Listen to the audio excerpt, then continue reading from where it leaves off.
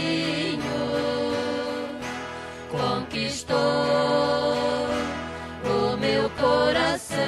Salvai almas, salvai almas, as almas clamando, por favor atenda o pedido meu. Quero neste dia ver a alegria no rosto de Deus. A Rádio e TV Auxiliadora apresenta o programa Salvai Almas com Cláudio Eckert, confidente de Nossa Senhora. Apoio Movimento Salvai Almas. Realização Rádio e TV Auxiliadora. É o amor chegando, coração pulsando e o povo a rezar. É Jesus sorrindo, coração se abrindo e o mundo a cantar. Salvai almas, chegou de mansinho. Caríssimos irmãozinhos de Jesus, amigos do Movimento Salvai Almas, a gente está de novo neste momento querendo conversar um pouco com vocês, colocar algumas coisas sobre o nosso trabalho, sobre o nosso serviço, sobre a nossa missão. Gostaria que vocês me acompanhassem primeiro nesta oração de entrega total ao Pai, que está no número 22 do nosso livrinho Salvai Almas. Pai, queremos vos entregar neste momento a nossa vida. Queremos que façais de nós instrumentos de amor e de paz. Pai, protegei-nos sempre para podermos caminhar as estradas de Jesus, seguindo os seus rastros de amor, seus rastros de paz e também os seus rastros de sangue. Aqui estamos, Pai, à vossa disposição. Tomai-nos, somos vossos. Protegei toda a nossa casa, nossa família, protegei as famílias em todo o mundo. Protegei a todos nós do inimigo mortal que nos quer arrebatar. Pai, ajudai-nos para que tenhamos coragem de seguir Jesus. Queremos entregar a nossa vida nas vossas mãos. Sabemos que quereis transformar o mundo. Contai conosco, Pai. Queremos vos ajudar. Obrigado, Pai, por nos ter escolhido, porque não somos nada e mesmo assim nos escolhestes. Não somos nada, não somos nada. Oxalá possamos fazer o nosso trabalho conforme pedis. Queremos ser vossos instrumentos, mas precisamos de mais coragem, de mais amor. Precisamos do vosso amor. Dai-nos o vosso amor. Obrigado, Pai. Amém. Pai nosso que estais no céu, santificado seja o vosso nome. Venha a nós o vosso reino. Seja feita a vossa vontade, assim na terra como no céu. O pão nosso de cada dia nos dai hoje. Perdoai as nossas ofensas, assim como nós perdoamos a quem nos tem ofendido. E não nos deixeis cair em tentação, mas livrai-nos do mal. Amém. Ave Maria, cheia de graça, o Senhor é convosco. Bendita sois entre as mulheres, e bendito é o fruto do vosso ventre, Jesus. Santa Maria, Mãe de Deus, rogai por nós, os pecadores, agora e na hora de nossa morte. Amém. Glória ao Pai, ao Filho e ao Espírito Santo, como era no princípio, agora e sempre. Amém.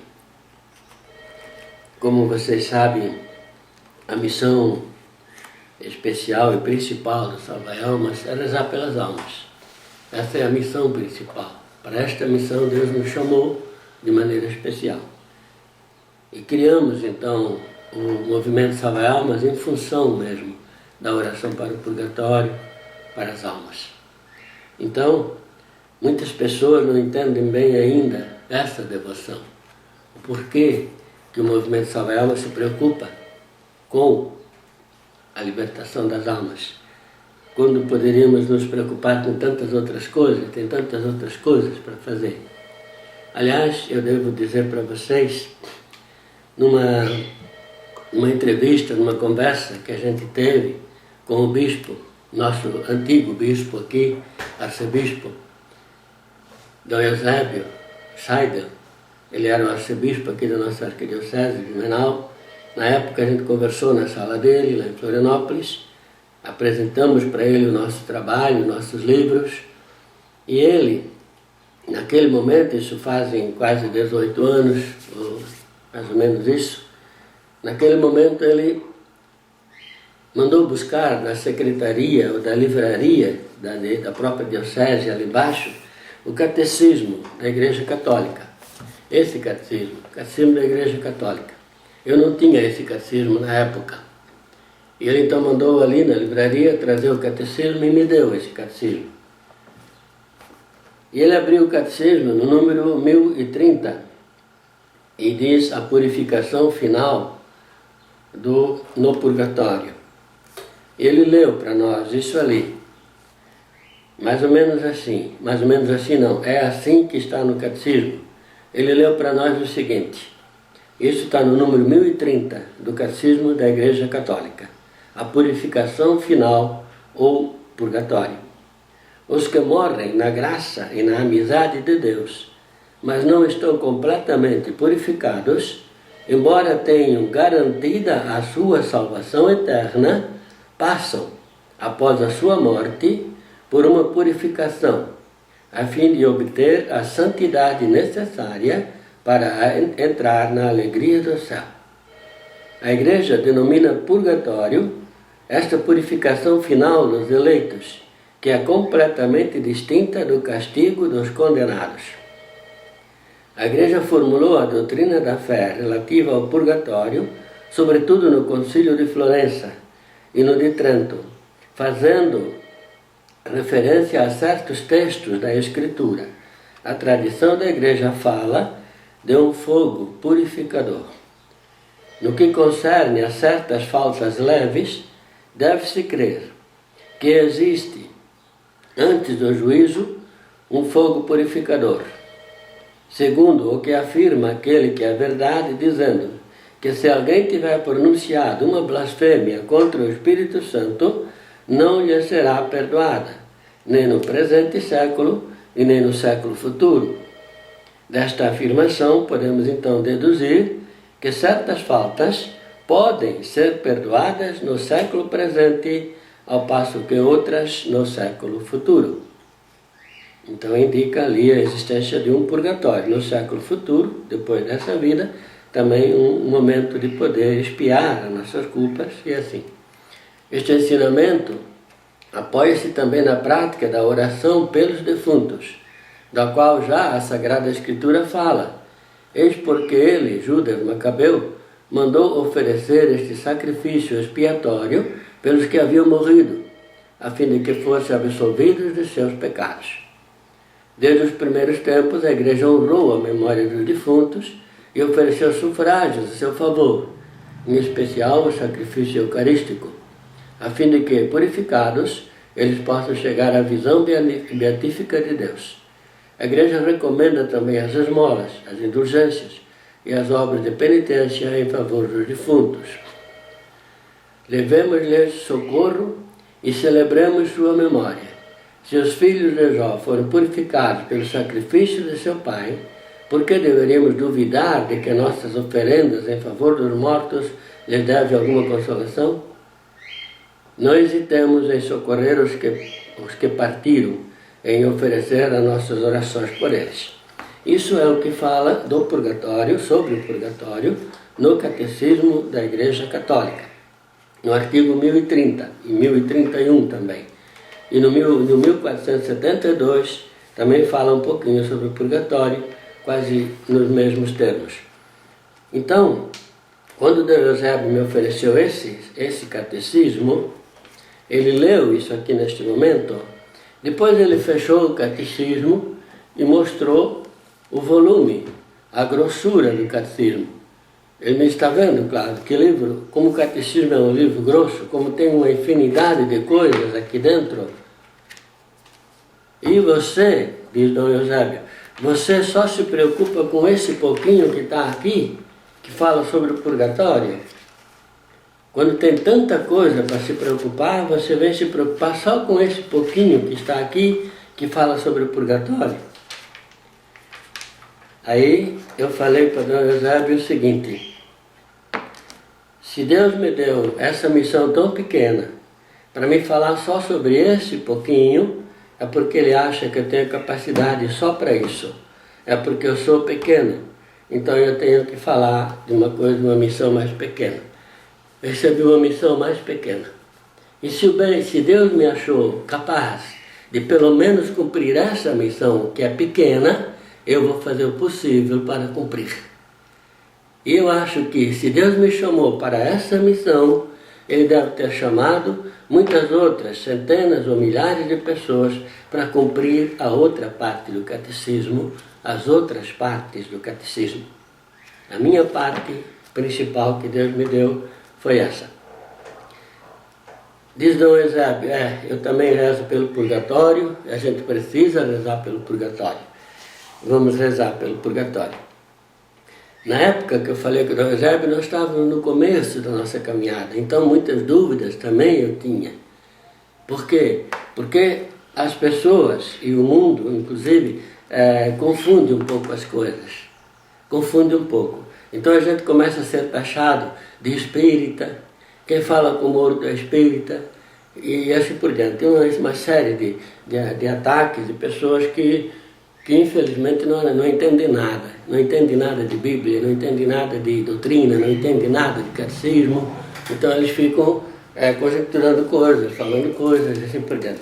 E não conhecem nada sobre o purgatório, na verdade.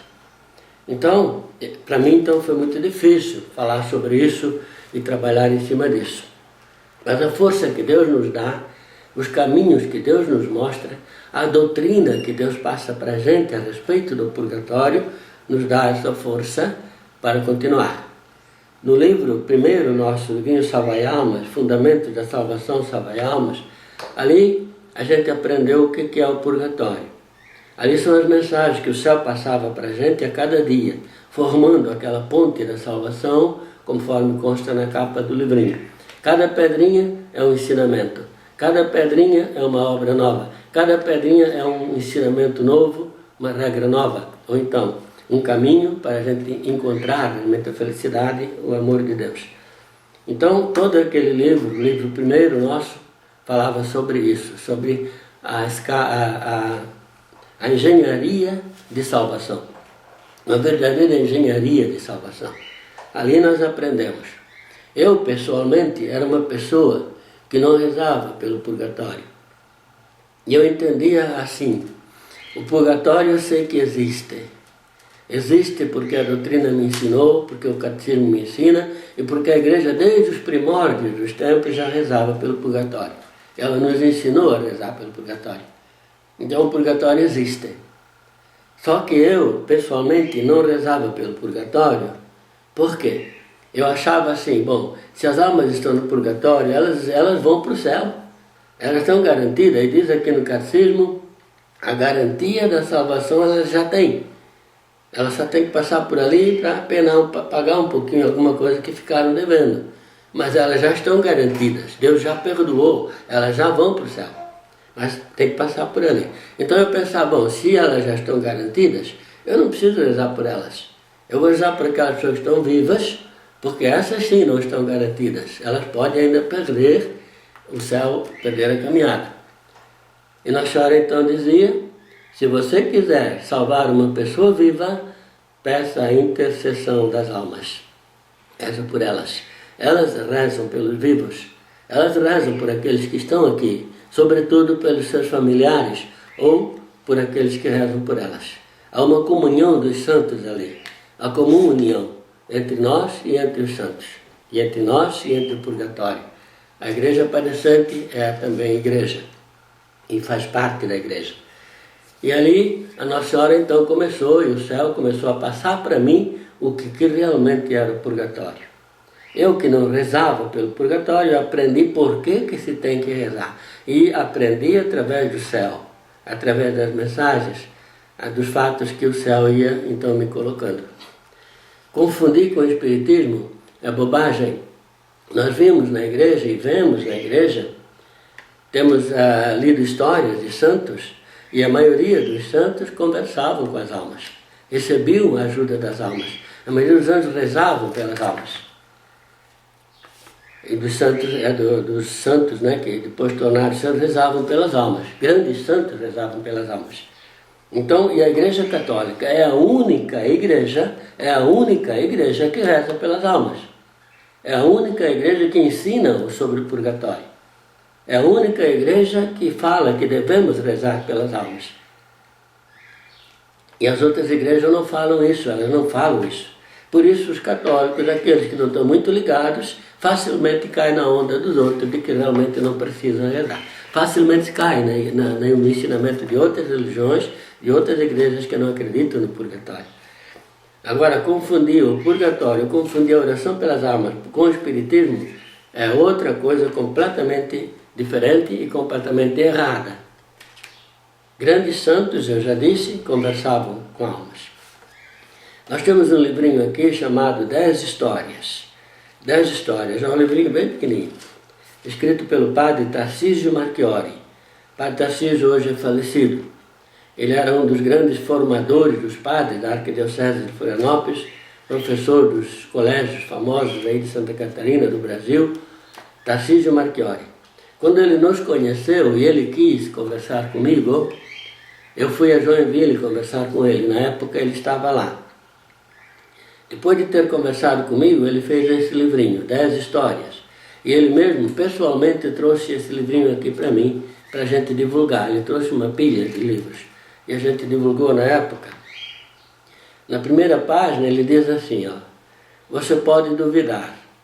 Você vai ler nesse livrinho história de pessoas que foram ajudadas pelas almas do purgatório.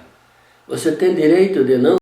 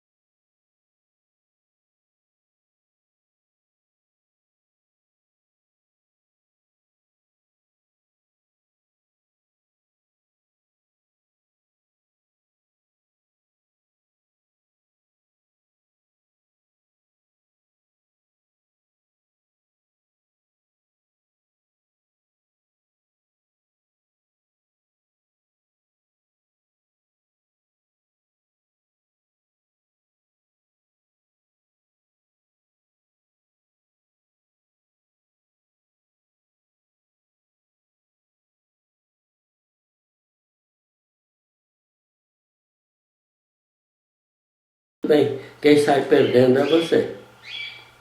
Santa Catarina de Bolonha dizia, quando quero obter uma graça, sempre recorro às santas almas do purgatório e lhes peço para apresentar o meu pedido a Deus, e sou sempre atendida. O cura Das foi um dos grandes admiradores da alma do purgatório, um dos grandes devotos da alma do purgatório, ele dizia, se soubéssemos como é grande o poder das santas almas do purgatório sobre o coração de Deus. E assim por diante, são vários, e ele escreve depois graças alcançadas por tantas outras pessoas, estudante em apuros, moça à procura de emprego, salvo de um assalto, editor recompensado, uma carta do outro mundo. Ele fala então sobre exemplos, aqui, testemunhas de pessoas que tiveram ajuda, que tiveram a graça de ser ajudado pelas almas do purgatório. Por que elas ajudam? Porque elas não podem ajudar-se a si próprias. As almas estão lá pagando por alguma coisa que elas ainda continuaram devendo, não o pecado. O pecado Deus abençoou, Deus perdoou e Deus arriscou do mapa. Mas só que elas ficaram devendo uma pena. Quando a gente comete, por exemplo, um pecado contra alguém, não é simplesmente lavar as mãos e pedir absolvição. É ir lá dar um abraço a esse alguém, é ir lá e ajudar esse alguém a se recompor, estreitar de novo as amizades, ou então outros motivos, outros momentos. Se você rouba alguma coisa, não adianta ir lá só pedir a absolvição se você não vai devolver o objeto roubado. Quer dizer, a pessoa que foi roubada foi lesada. E se você não pagou, não devolveu, você vai ter que pagar em algum lugar. Tudo bem, Deus perdoa o teu pecado, Mas como ficou aquela pessoa que ficou sem o objeto que você roubou? Ela teve que pagar de novo, ela teve que comprar de novo, ela teve que... Então você também é responsável por isso. Então, lá no purgatório, nós vamos pagar essas penas que ficamos devendo. Eu tenho dado sempre um exemplo, por exemplo, eu sempre uso como exemplo uma compra de uma casa, por exemplo. Eu compro uma casa do meu vizinho aí, a prestação. Então eu dou lá uma entrada e vou pagando um pouco por mês. Acontece que eu morro antes de acabar de pagar. Quem é que fica com a casa? A casa não está paga. Alguém vai ter que pagar. Ou os meus filhos, se eles quiserem ficar com a casa, eles vão ter que continuar pagando, ou eles perdem a casa. A pena devida a gente precisa pagar. Como a gente paga essa pena? Diz aqui no catecismo, na outra vida, no outro século, na outra história, nós podemos pagar. Então, Deus dá esta oportunidade, para não perdermos a história, para não perdermos a eternidade, para não irmos para o inferno, Ele nos dá a oportunidade e abre essa oportunidade, o purgatório, para a gente então ir lá e resolver nossos problemas com Deus. Deus determina um prazo, mais ou menos, no purgatório. 10 anos, 20 anos, um século, milênios, dependendo da paga, dependendo. Ele demarca um prazo. Mas depois ele vem ao encontro de quem reza e diminui aquele prazo. Diminui. As pessoas então vão reduzindo o prazo de ficar no purgatório porque alguém está rezando por eles. Está pedindo, está se esforçando, está oferecendo esmolas, está oferecendo sacrifício, penitência, jejum e assim por diante. As almas então vão diminuindo as suas penas de acordo com as nossas orações. Nós já temos na igreja, um cabedal muito grande. As indulgências, por exemplo, é um capital muito grande, onde você pode usar todos os dias.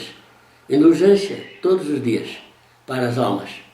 Você então acaba eliminando muitas vezes por completo a pena de uma alma.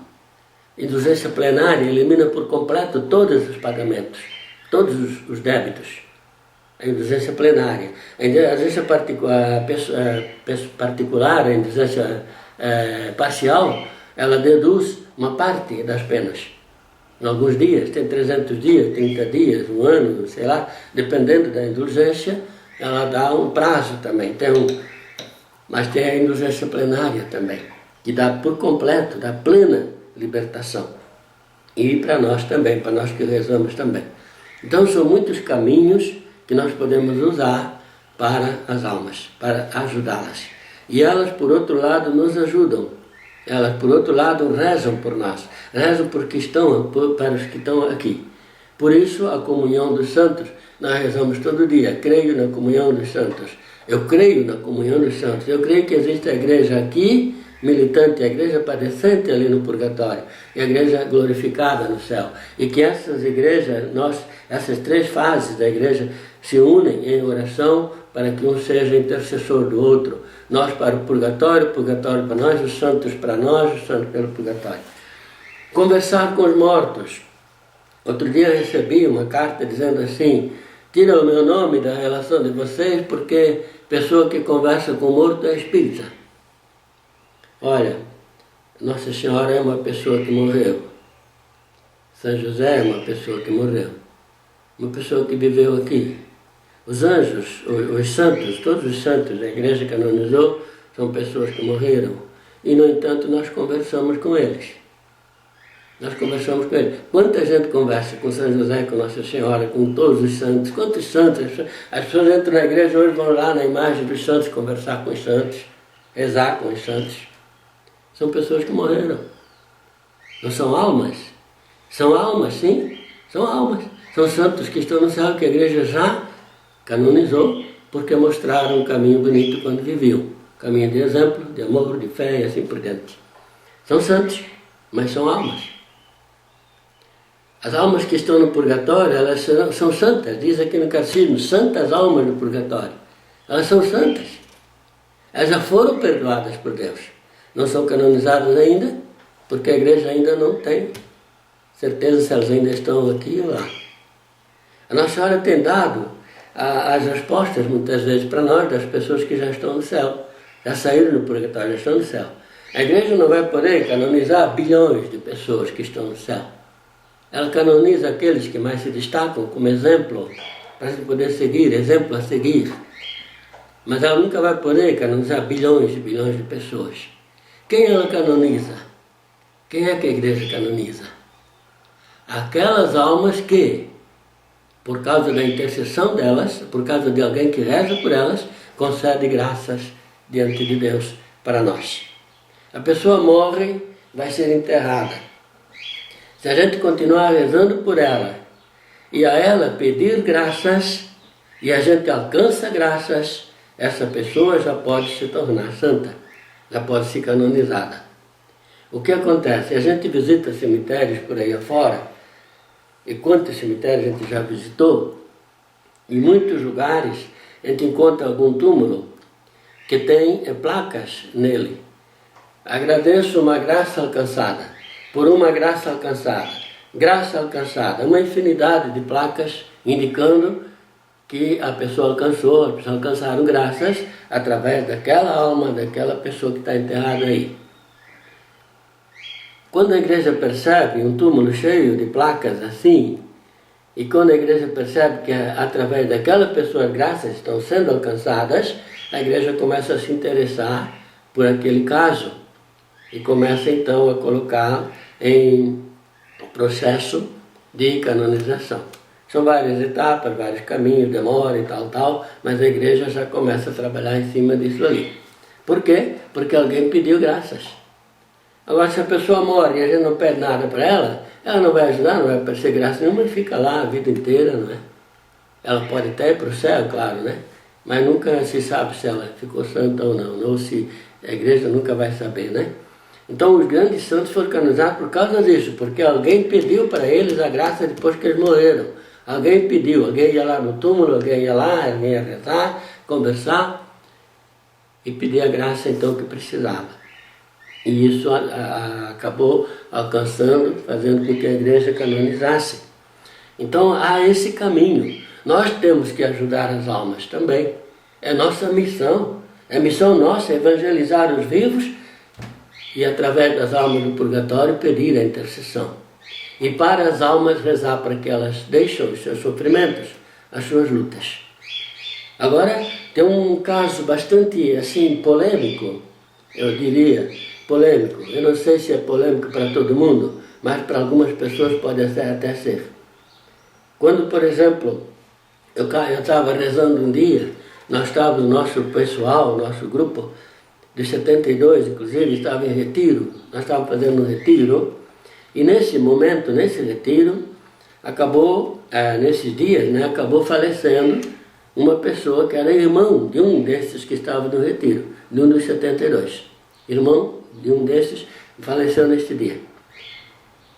E eu percebi logo que essa pessoa estava no purgatório. Comecei a pedir para Nossa Senhora: vamos tirá-lo do purgatório hoje, mãe. Vamos tirar do purgatório já. E convoquei o pessoal do retiro para ir na frente da gruta, de uma gruta que tinha lá no pátio daquele colégio, uma de Nossa Senhora, até era rosa mística a imagem. E lá em frente à imagem, a gente pedia: vamos rezar para que essa pessoa vá para o céu. A Nossa Senhora me perguntou: Cláudio, tu tens certeza que tu queres que ela vá para o céu hoje? Tenho, mãe. Quero que ela vá para o céu hoje. Continuei rezando e ela perguntou de novo: tu tens certeza que tu queres que ela vá para o céu hoje? Tenho, mãe, tenho certeza, eu quero que ela vá para o céu hoje. A senhora perguntou mais uma vez: você tem certeza, Cláudia, que você quer que ela vá para o céu hoje? Tenho, mãe, eu quero que ela vá para o céu hoje. Então ela me respondeu assim: tá bom, que bom, ela está indo para o céu agora. Mas agora, filho, você tem que arcar com as consequências. O que Nossa Senhora quis dizer naquele momento? Alguém tinha que pagar a conta dessa alma. Não é só porque eu pedi. Então eu tenho que pagar no lugar dela alguma coisa. Com o quê? Como diz o catecismo, com orações, com indulgências, com sacrifícios, com essas coisas. Pagar com amor. Pagar com... essa morreu, agora eu tenho que me danar. Não é? Eu tenho que amá-la como meu irmãozinho, como um filhinho de Deus, que não pode ficar sofrendo num purgatório. Tenho que amá-la, e para isso eu tenho que também me sujeitar a pagar as contas que ela devia. Obviamente eu tenho sentido na minha própria carne de que Deus nunca me cobrou isso. Mas eu estou disponível, eu fico disponível. Deus, faça então de mim o que você quiser, desde que essa alma vá para o céu. Deus nunca me cobrou tão caro. Obviamente que a gente tem o nosso trabalho diário, a nossa luta diária, nossos problemas diários. Nós temos, sim. Como eu falava no programa anterior, nós temos 7 filhos.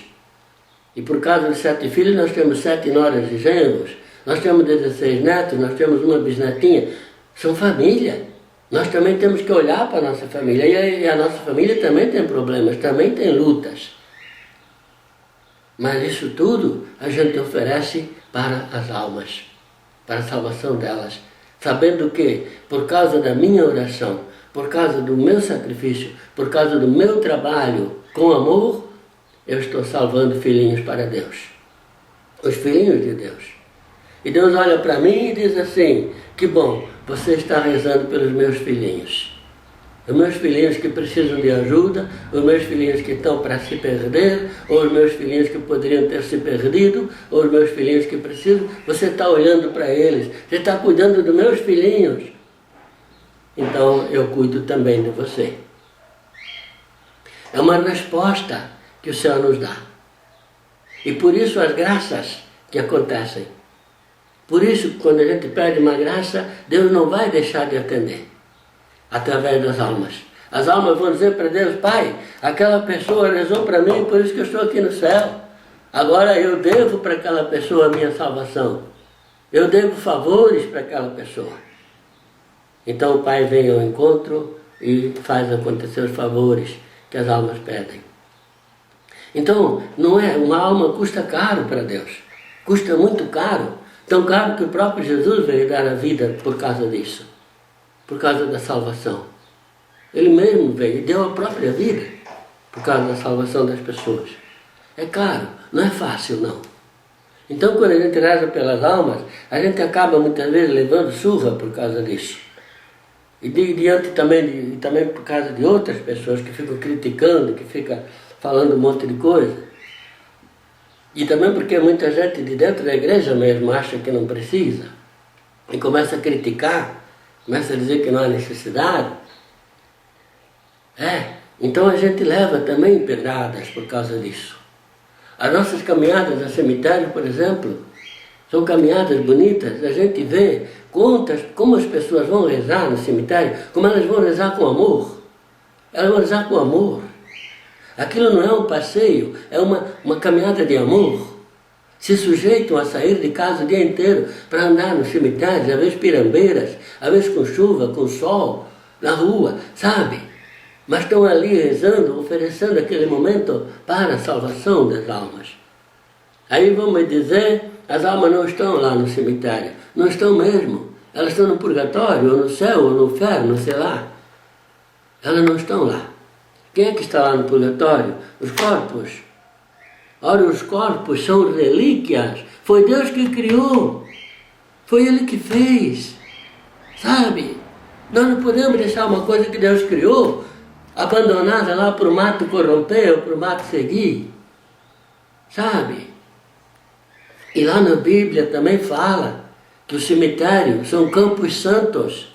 Quem lê o Antigo Testamento, ou mesmo no Novo, na parte de Jesus, quando Judas comprou um terreno para transformar num campo santo. Cemitério é campo santo. É campo santo por quê? Ali estão enterrados relíquias. Corpos que Deus construiu, que Deus fez.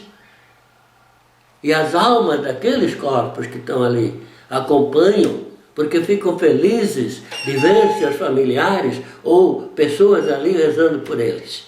E eles então vêm nos acompanhar nessas orações também. Interceder pelas nossas necessidades. Então há uma comunhão bonita, a comunhão dos santos. Rezar pelas almas e buscá-las também. Buscar onde elas estiverem, onde estão os seus corpos, para lembrar a passagem delas. Na Bíblia a gente percebe, logo depois da morte de Jesus, no dia seguinte à morte de Jesus, as mulheres foram visitar o túmulo de Jesus. A primeira visita ao cemitério para a oração foram as mulheres, Nossa Senhora, Santa Maria Madalena, a outra Maria, foram visitar Jesus no túmulo. Foram lá e elas nos deram um exemplo. Não devemos esquecer as pessoas que morreram. O Papa João Paulo II tem uma frase, ele falou muito sobre o purgatório. Ele dizia, não devemos esquecer de rezar pelos mortos, não podemos perder o diálogo com os mortos. Entende? Isso não é espiritismo, não. Tem nada a ver. Espiritismo convoca os espíritos, convoca as almas para fazer o bem ou o mal para as pessoas. E dizem até, aqui elas voltam numa reencarnação para poder pagar por seus erros anteriores, para poder se renovar. Isso é os espíritas que dizem. O que é um absurdo, sabe? É um absurdo. Deus faz novas todas as coisas. Ele se renova a cada dia. A cada dia ele faz uma vida nova. Ele não precisa que a gente volte aqui para fazer outra vida. Ele faz uma vida nova. A nossa vida é uma só e é eterna. Não temos que voltar aqui. E se nós tivéssemos que voltar eventualmente, Deus diria para nós, filho, você vai voltar porque você precisa pagar isso, ou pagar aquilo, ou pagar... Ora, se nós voltamos para cá e não sabemos o que nós erramos na vida anterior, como é que nós vamos pagar? Que Deus seria esse? Que Deus carrasco que a gente teria? É absurdo o que os espíritas pregam. Então, nós somos exatamente contra o espiritismo. Mas nós somos a favor das almas. E esse é a favor das almas. Por que nós somos? Porque a própria Igreja Católica que nos ensina isso. Rezar pelas almas. Sempre ensinou. E enquanto estiver aqui no catecismo, devemos continuar. É verdade que vão mudar o catecismo. É verdade. Mas não pode mudar aquilo que está lá na Bíblia. E o que está aqui no catecismo está na Bíblia. Está lá. O rezar pelas almas está na Bíblia, é bíblico. Então não tem que mudar. Nós vamos continuar rezando pelas almas. E muita gente tem medo então de rezar pelas almas. Por quê? Porque tem que sofrer, né? Porque tem que sofrer. Porque nós temos que oferecer sacrifício, sofrimento. E muita gente diz, pois eu rezei pelas almas, depois que eu rezei começou a acontecer isso e aquilo. É isso que eu falava agora. Isso e aquilo vai acontecer porque você ofereceu por amor em troca da alma lá que foi para o céu. O teu amor, o teu sofrimento é dádiva de Deus. Sobre o sofrimento, nós temos no nosso primeiro livrinho, no livro número 1, é uma mensagem de Nossa Senhora do dia 20 de maio de 1998, que é de São Bernardino de Sena. É esse primeiro nome que eu falei nesse livrinho de 10 histórias, né? São Bernardino de Sena, um grande devoto pelas almas. Todas as vezes que ajudas as almas, ajudas a ti mesmo. Palavra de São Bernardino. Aqui diz o seguinte: paz ou sofrimento, por mais duro que seja, é dádiva de Deus. Através dele, podemos ganhar o céu mais facilmente. Se todos os que sofrem entendessem isso, certamente milhões de santos povoariam os céus. Infelizmente, ninguém aceita sofrer. O sofrimento é sempre motivo de reclamações e de resmungos contra Deus. Os sofrimentos físicos, quase todos causados pela própria pessoa que sofre, porque os busca em orgias ou em excessos, tanto do trabalho quanto do lazer, do álcool, do fumo, das drogas, dos jogos, enfim. Tudo que é exagero faz de tudo para estragar o corpo tão perfeito criado por Deus. Com efeito, ninguém é capaz de produzir coisa mais perfeita. E, no entanto, não dão valor. Usam, abusam, dilaceram-se, se pelo menos aceitassem, entendessem que tudo isso é obra deles mesmos. Mas culpam a Deus, culpam o Pai. Os doentes têm na doença uma verdadeira fonte de salvação, uma fonte de graças.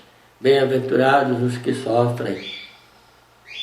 Mas mais bem-aventurados são os que sofrem por amor, não os lamuriantes, os que ficam apregoando seus sofrimentos, não os aceitando, pois querem dividir com os outros. Isto é, são réus de culpa os que procuram dividir com os outros os seus próprios sofrimentos. É réu de culpa aquele que gosta de ser bajulado e sente-se realizado quando alguém lhe diz coitado. Deus, que tudo vê, é responsável por todos e a cada um conhece e até as profundezas, sabe o melhor e está sempre atento. Muitas almas podiam sair do purgatório ou nem para lá precisariam ir se os sofrimentos fossem oferecidos a elas. As dores espirituais, as angústias, aliviam como um bálsamo as dores dos padecentes ou encurtam suas penas. Contudo, aos que se fazem fracos, Deus não leva em conta. Só os que sofrem com amor, com resignação, terão parte com o Pai. Aquele que não carrega a sua cruz, não terá parte comigo. Isso meu filho disse, pois ele conhece também o coração de cada um e vem bem dentro de cada um. Essa mensagem é uma mensagem mais longa, ela é do dia 20 de maio, a mensagem de Nossa Senhora, no dia de São Bernardino de Sena. A mensagem mais longa. Aqui a gente percebe que com o nosso sofrimento, com as nossas dores, nós podemos salvar uma infinidade de almas. E nós não podemos dividir as nossas dores com os outros. Não podemos fazer com que os outros sintam pena da gente. A gente deve sofrer, sozinho. A gente deve sofrer e oferecer, sozinho. Não dividir com os outros. Não precisa dividir os sofrimentos. Cada um tem os seus. Cada um tem a sua cruz. Sabe? A gente percebe quantas pessoas que sofrem acabam se entregando para outros cuidarem dela, ou para outros resolverem seus problemas, ou ficam choramingando o tempo todo para que outros tenham um cuidado específico, especial, quando não precisaria. Talvez elas próprias resolveriam seus próprios problemas. Não devemos dividir os nossos sofrimentos com os outros, não devemos sobrecarregar os outros. Devemos oferecer em favor das almas, que são nossas irmãzinhas de Jesus, filhinhas de Deus. Vamos rezar pelas almas agora, uma oraçãozinha de São Bernardo.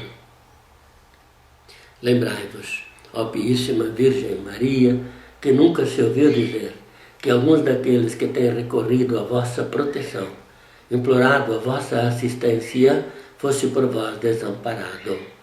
Animado eu, pois, com igual confiança, a vós, ó Virgem, entre todas singular, como minha mãe eu recorro.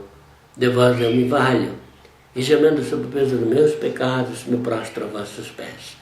Não desprezeis as minhas súplicas, ó Mãe do Filho de Deus manado, mas dignai-vos de as ouvir propícia e de me alcançar o que vos rogo. Amém. Que a paz de Jesus, o amor de Maria e a força do Espírito Santo estejam sempre com cada um de vocês. Amém? Em nome do Pai, do Filho e do Espírito Santo.